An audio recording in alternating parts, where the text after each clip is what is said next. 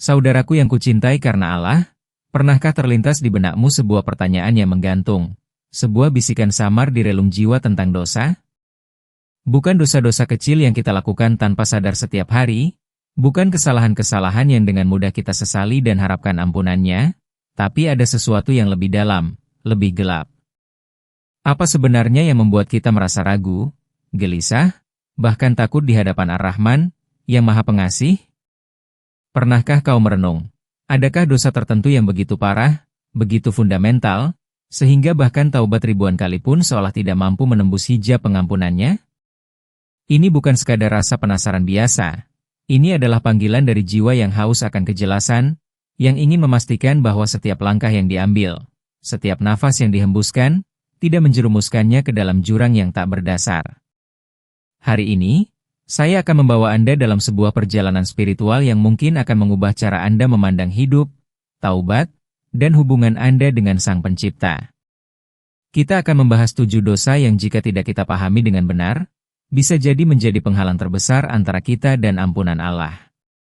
Dan apa yang akan saya ungkapkan di akhir nanti, akan menghubungkan semua ini dalam sebuah pemahaman yang utuh, sebuah kunci yang mungkin selama ini tersembunyi dari pandangan kita.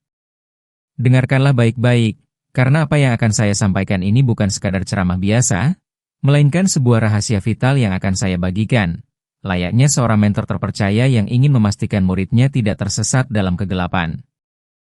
Saya telah menghabiskan waktu bertahun-tahun merenungi firman-Nya, menyelami hadits-hadits Rasulullah Shallallahu Alaihi Wasallam, dan mempelajari kisah-kisah para syalihin, semuanya demi menemukan jawaban atas pertanyaan-pertanyaan mendasar ini.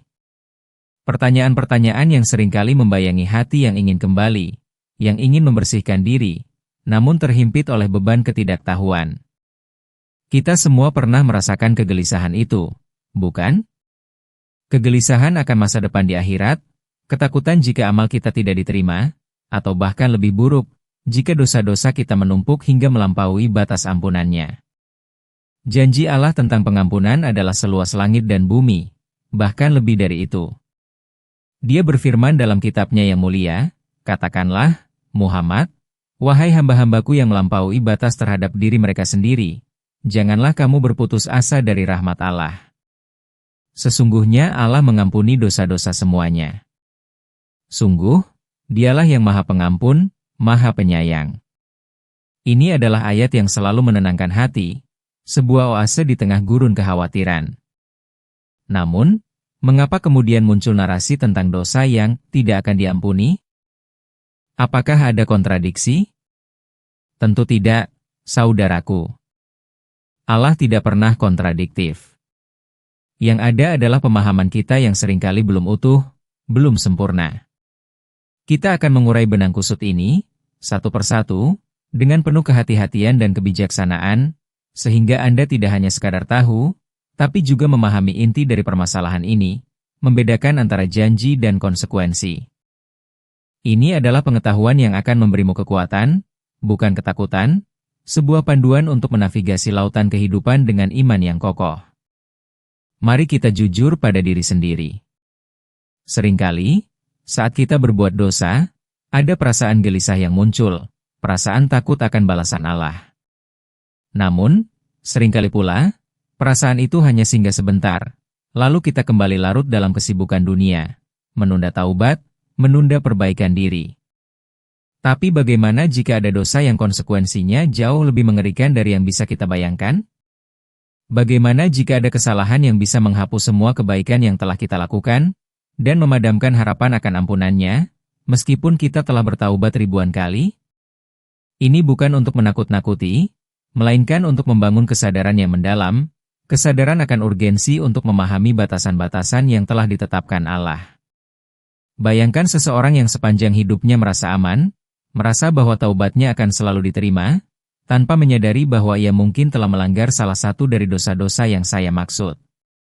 Betapa pedihnya penyesalan di akhirat nanti, ketika semua harapan seolah sirna. Pernahkah Anda mendengar kisah tentang seseorang yang begitu yakin dengan imannya, namun tiba-tiba dihadapkan pada kenyataan pahit bahwa ada aspek dalam hidupnya yang ternyata bertentangan langsung dengan ajaran dasar agama? Atau kisah tentang orang-orang yang merasa telah beribadah dengan sungguh-sungguh, namun tanpa mereka sadari, ada perbuatan atau keyakinan yang menjauhkan mereka dari rahmat Allah? Ini adalah kenyataan yang lebih dekat dari yang kita kira, dan seringkali, kita terlalu sibuk dengan hal-hal yang tampak di permukaan, melupakan fondasi yang paling krusial. Banyak di antara kita yang mungkin mengenal seseorang, bahkan mungkin kita sendiri, yang merasa imannya goyah di tengah badai kehidupan. Hutang yang melilit, rezeki yang terasa serat, atau bahkan musibah beruntun yang tiada henti. Dalam keputusasaan itu, banyak yang bertanya, mengapa doaku tidak terkabul? Atau, apakah Allah tidak peduli lagi padaku? Padahal, seringkali jawabannya bukan pada kurangnya doa, melainkan pada adanya penghalang yang tidak kita sadari, dosa-dosa besar yang mengendap dalam hati, membatasi rahmat dan keberkahannya. Saya teringat sebuah kisah nyata, bukan dari buku-buku lama, melainkan dari seorang kenalan dekat. Sebut saja namanya Pak Ahmad. Beliau adalah seorang pengusaha yang dulunya sangat sukses, harta melimpah, keluarga harmonis. Tapi entah mengapa, setelah mencapai puncak kesuksesan, perlahan-lahan ia mulai menjauh dari agama. Syalatnya bolong-bolong, sedekahnya hanya sesekali, bahkan ia mulai meremehkan janji-janji Allah dan ancamannya. Ia merasa kesuksesannya adalah hasil jerih payahnya semata, bukan karunia dari Allah. Lambat laun, bisnisnya mulai merosot, hutang menumpuk, keluarganya berantakan. Ia berusaha taubat, menangis di malam hari, membaca Al-Quran, tapi ia selalu merasa taubatnya hambar, tidak ada ketenangan yang didapat. Seolah-olah ada dinding tebal yang memisahkan dirinya dari rahmat Allah. Beliau tidak pernah menyadari bahwa sikap meremehkan Allah, sombong dengan kekayaan, dan menafikan nikmatnya adalah dosa yang amat berat, sebuah bentuk kekufuran terhadap nikmat yang sangat sulit diampuni jika tidak ada penyesalan yang mendalam dan perbaikan hak yang komprehensif. Kisah Pak Ahmad ini, saudaraku, adalah cerminan betapa seringnya kita luput dari detail-detail krusial dalam perjalanan spiritual kita. Kita mungkin beribadah, tapi lupa membersihkan hati dari penyakit-penyakit yang bisa menjadi penghalang utama bagi setiap kebaikan yang kita lakukan. Kita semua ingin merasa bahwa kita berada di jalur yang benar, bukan? Bahwa meskipun kita manusia biasa yang tak luput dari kesalahan, pintu taubat selalu terbuka lebar. Kita ingin merasa tenang saat menghadapi hari perhitungan nanti, tanpa beban dosa yang memberatkan. Namun, pertanyaan besar yang muncul adalah, bagaimana kita bisa memastikan hal itu? Bagaimana kita bisa mengidentifikasi dosa-dosa yang mungkin secara tidak sadar kita anggap remeh, padahal di mata Allah, itu adalah dosa yang sangat besar, dosa yang tidak akan diampuni Allah meskipun kamu bertaubat ribuan kali jika syarat-syarat taubatnya tidak terpenuhi dengan sempurna? Seringkali, kita merasa sudah cukup dengan sholat 5 waktu, puasa Ramadan, dan zakat. Kita merasa itu sudah cukup untuk menebus dosa-dosa kita. Namun, Islam bukanlah sekadar ritual. Ia adalah sebuah jalan hidup, sebuah sistem nilai yang merangkumi setiap aspek keberadaan kita. Ada dosa-dosa yang bukan hanya melanggar perintah Allah, tetapi juga menghancurkan fondasi keimanan itu sendiri, atau bahkan merampas hak sesama manusia, yang mana pengampunannya tidak hanya bergantung pada taubat kepada Allah semata. Anda mungkin berpikir, apakah saya pernah melakukan dosa semacam itu? Atau, apakah saya cukup berhati-hati dalam setiap tindakan dan ucapan saya? Ini adalah pertanyaan-pertanyaan yang sehat, pertanyaan yang menunjukkan adanya kesadaran dan keinginan untuk memperbaiki diri. Dan justru inilah inti dari pembahasan kita hari ini, untuk membantu Anda mengidentifikasi potensi jebakan-jebakan spiritual ini, sehingga Anda bisa menjauhinya dengan segala kekuatan. Jadi, bersiaplah, karena apa yang akan saya sampaikan selanjutnya akan membuka mata Anda pada realitas yang mungkin belum pernah Anda sadari sebelumnya. Dan di sana pula akan saya mulai mengungkap daftar dosa yang perlu kita waspadai dengan amat sangat. Tapi tunggu, ada yang lebih penting dan perlu Anda pahami sebelum kita menyelami daftar dosa-dosa spesifik tersebut. Konsep dosa yang tidak diampuni dalam Islam ini seringkali disalahpahami. Bukan berarti Allah itu tidak Maha Pengampun, sama sekali tidak. Rahmat dan ampunannya tak terbatas. Namun, ada kondisi-kondisi tertentu, atau jenis-jenis dosa tertentu, yang membuat proses pengampunan itu menjadi sangat sulit, atau bahkan mustahil, jika seseorang tidak memenuhi syarat taubat yang sangat spesifik dan fundamental.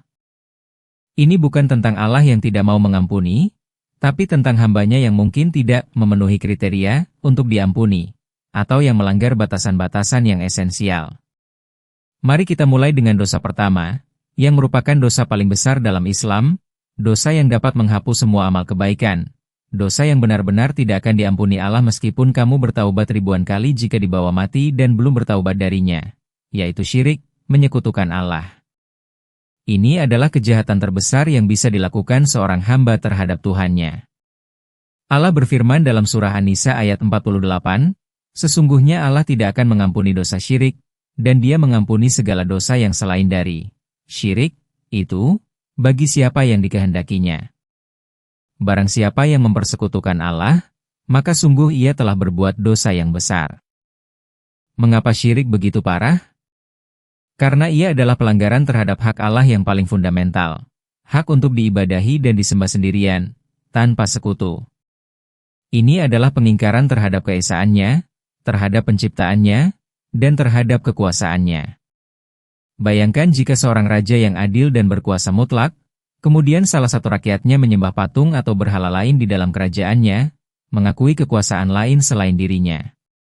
Tentu ini adalah penghinaan terbesar.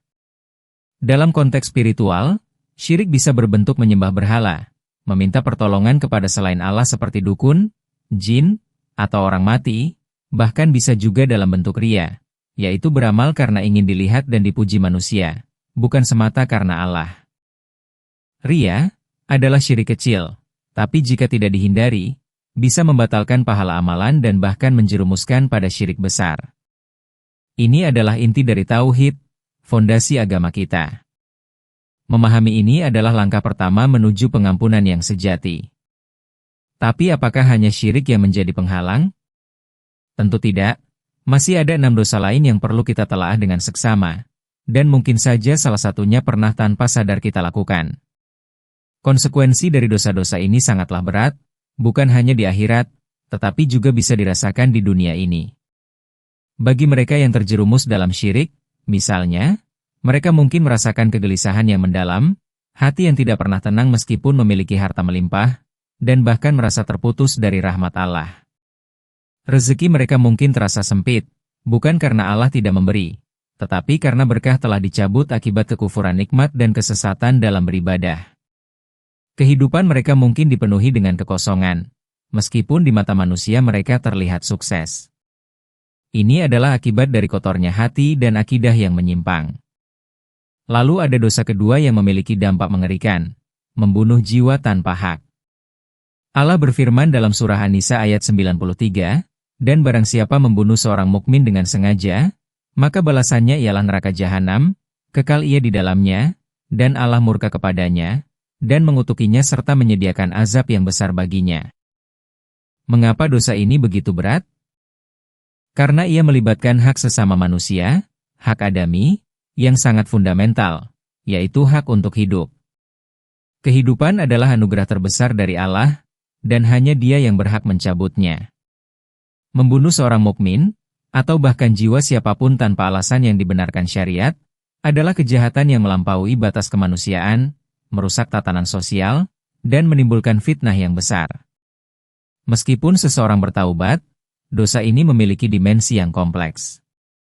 Taubat kepada Allah mungkin diterima jika ia menyesal sungguh-sungguh, namun ia tetap harus mempertanggungjawabkan hak korban di akhirat, kecuali jika ahli waris korban memaafkan di dunia.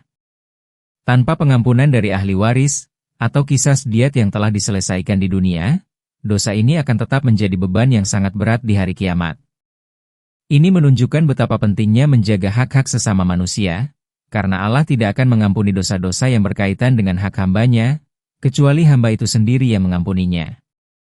Ini adalah pelajaran yang sangat penting bagi kita semua, bahwa agama ini bukan hanya tentang hubungan vertikal dengan Allah, tetapi juga hubungan horizontal dengan sesama makhluknya. Dan masih ada dosa ketiga, yang seringkali diabaikan, namun dampaknya bisa sama menghancurkannya. Tapi tunggu, apakah hanya pembunuhan yang menyangkut hak manusia? Tidak.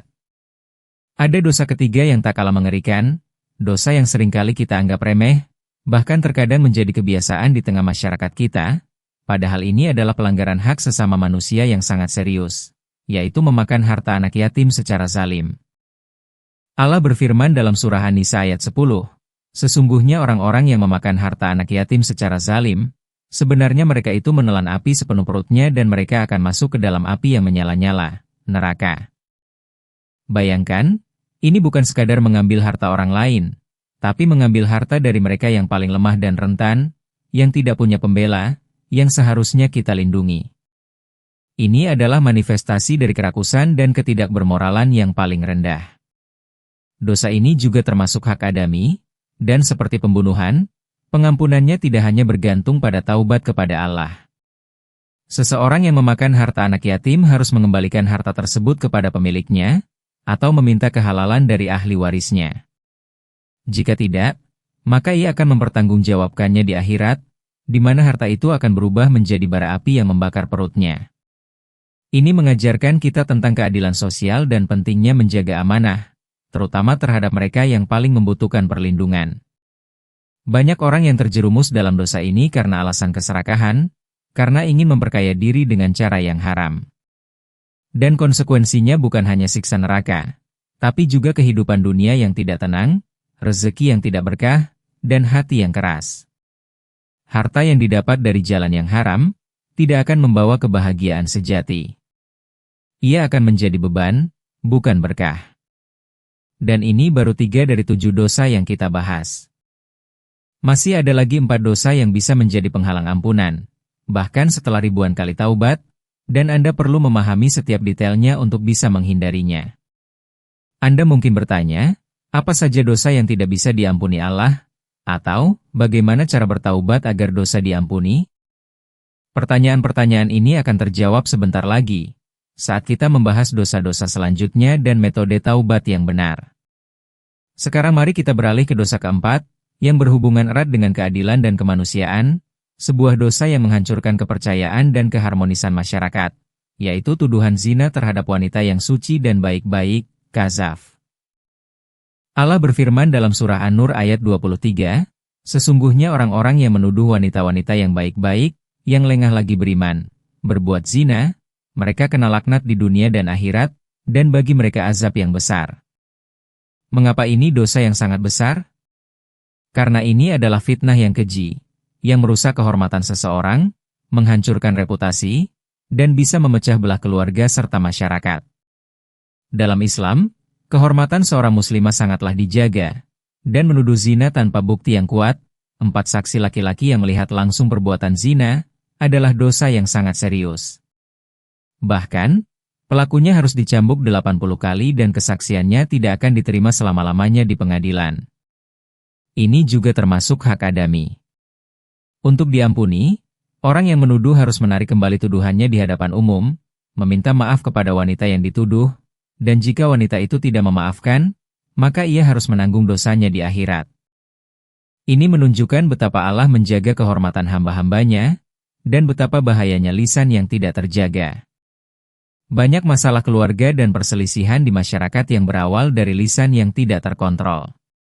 Dosa ini mengajarkan kita tentang pentingnya menjaga lisan, berprasangka baik, dan tidak mudah menyebarkan fitnah, apalagi tuduhan yang sangat serius tanpa bukti yang valid. Ini adalah pelajaran tentang integritas dan keadilan yang harus selalu kita pegang teguh. Sekarang kita masuk ke dosa kelima, yang seringkali tidak disadari sebagai dosa besar, namun memiliki dampak yang merusak pada diri sendiri dan orang lain, yaitu hasad atau dengki yang membawa pada kezaliman.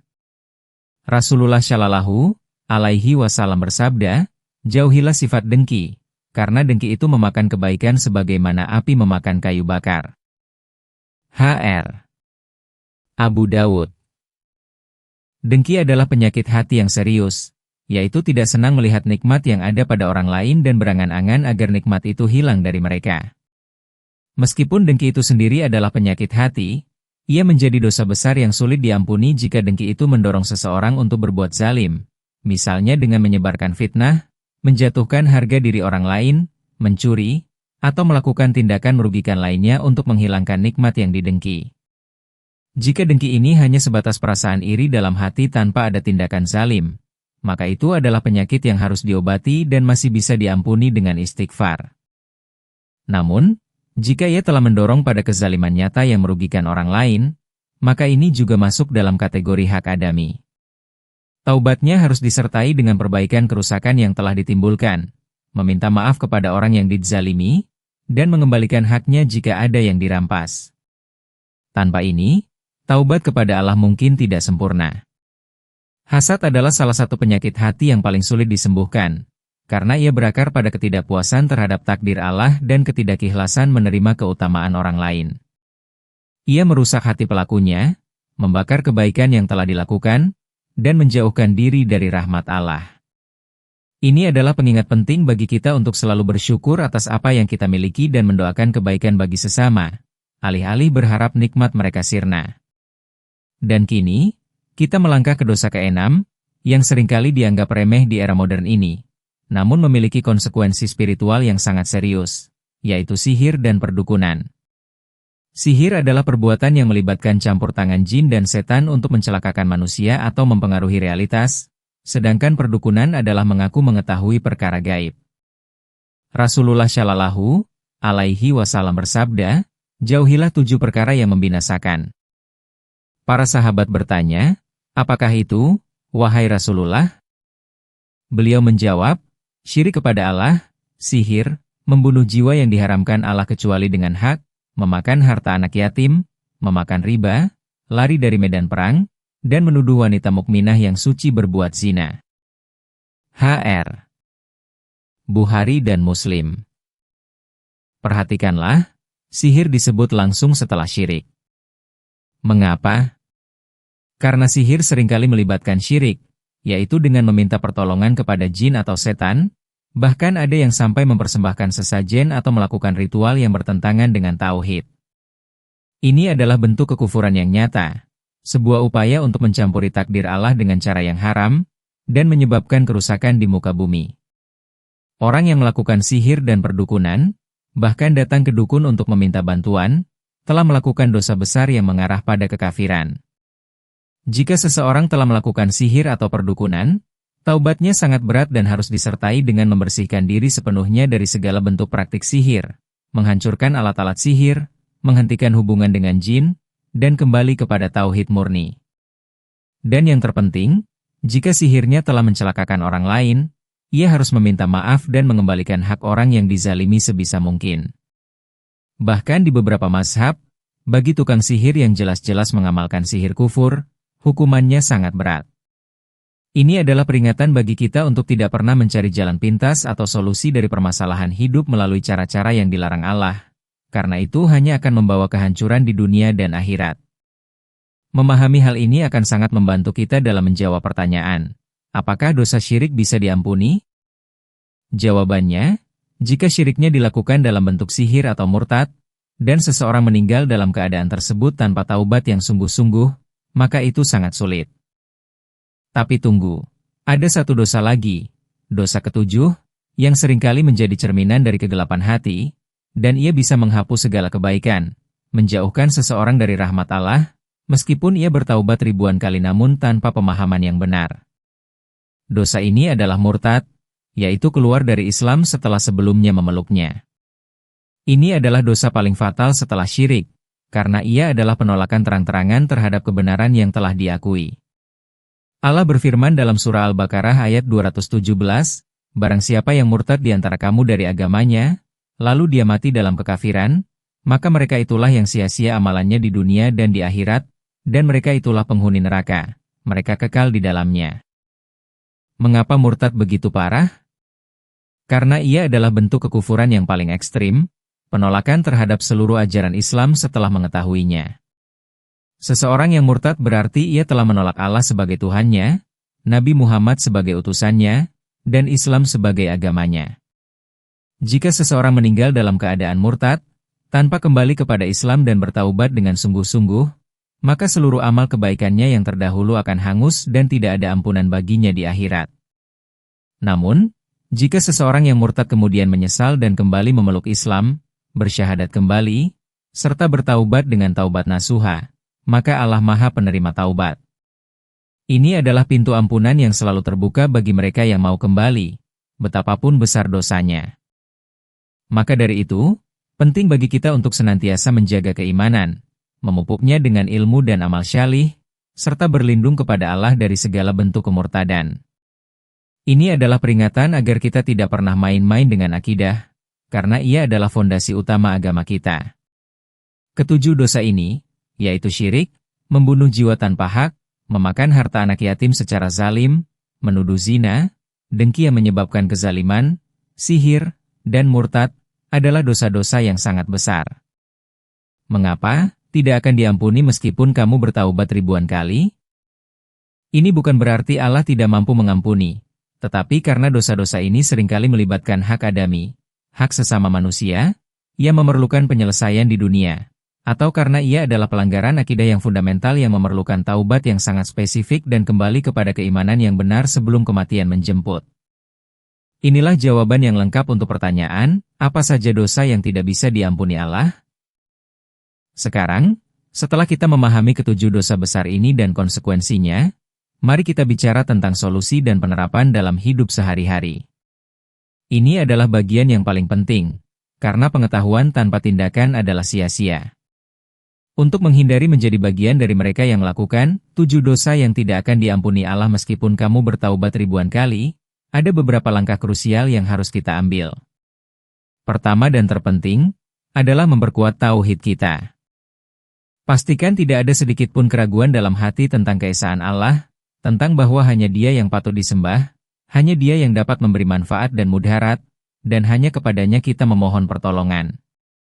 Pelajari tauhid dengan mendalam, pahami makna la ilaha illallah dengan sebenar-benarnya.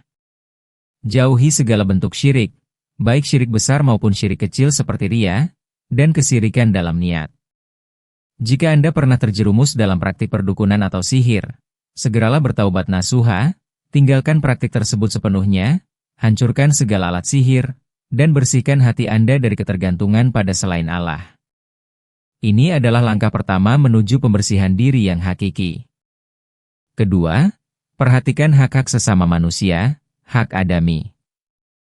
Jika Anda pernah melakukan kezaliman, mengambil hak orang lain, mencemarkan nama baik mereka, atau bahkan menyebabkan kerugian fisik maupun mental, maka Anda harus segera memperbaiki kesalahan itu. Ini bukan hanya tentang meminta maaf. Jika Anda berhutang, lunasi hutang itu. Jika Anda mengambil harta orang lain, kembalikan harta itu. Jika Anda memfitnah, perbaiki fitnah itu di hadapan umum, dan minta kehalalan dari orang yang Anda zalimi.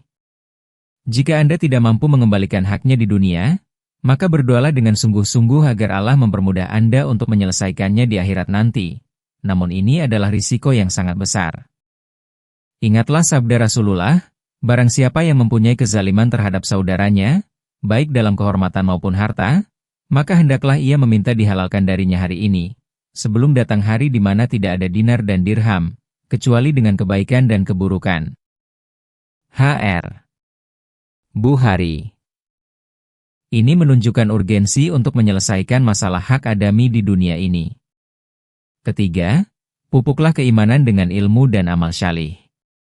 Teruslah belajar agama, membaca Al-Quran, hadits, dan kitab-kitab ulama salaf. Ilmu adalah cahaya yang akan membimbing kita menjauhi kesesatan. Laksanakan sholat 5 waktu dengan khusyuk, perbanyak zikir, doa, sedekah, dan amal-amal kebaikan lainnya. Kebaikan akan menghapus keburukan. Allah berfirman, sesungguhnya perbuatan-perbuatan yang baik itu menghapus dosa, perbuatan-perbuatan yang buruk. Quran Surat Hud 114. Keempat, jauhi sifat-sifat buruk yang bisa menjerumuskan pada dosa besar, seperti kesombongan, hasad, rakus, dan ghadab, marah. Bersihkan hati dari penyakit-penyakit ini dengan memperbanyak istighfar, muhasabah diri, dan doa.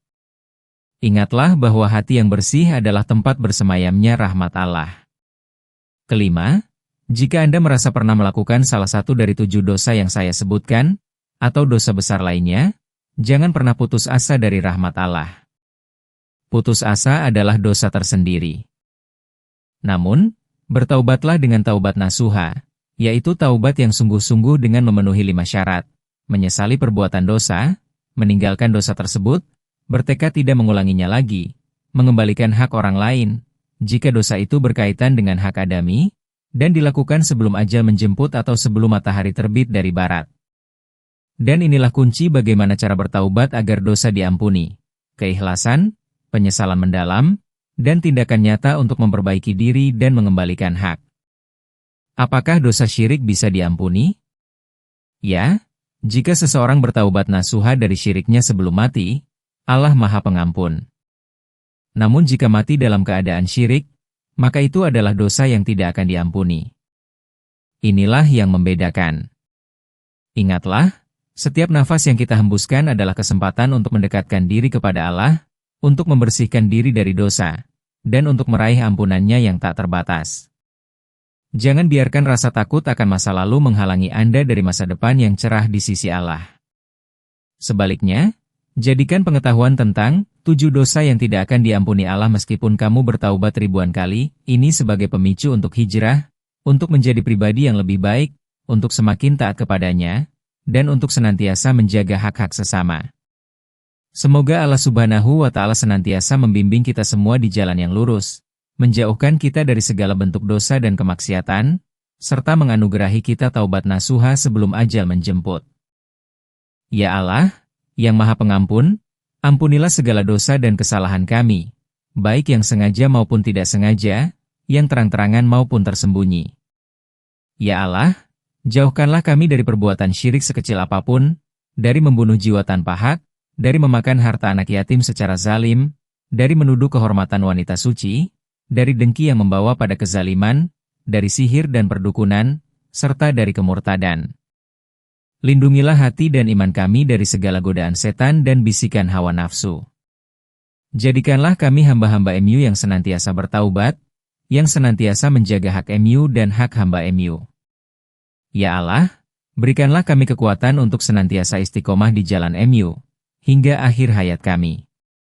Terimalah amal-amal syalih kami, dan wafatkanlah kami dalam keadaan husnul hatimah. Dan jika ada di antara kami yang pernah terjerumus dalam 7 dosa yang tidak akan diampuni Allah meskipun kamu bertaubat ribuan kali, ya Allah, bukakanlah pintu taubat MU yang seluas-luasnya, bimbinglah kami menuju taubat nasuha, dan mudahkanlah kami untuk menyelesaikan segala tanggungan hak adami di dunia ini. Sesungguhnya Engkau Maha mendengar doa dan Maha mengabulkan permohonan. Amin ya Rabbal Alamin.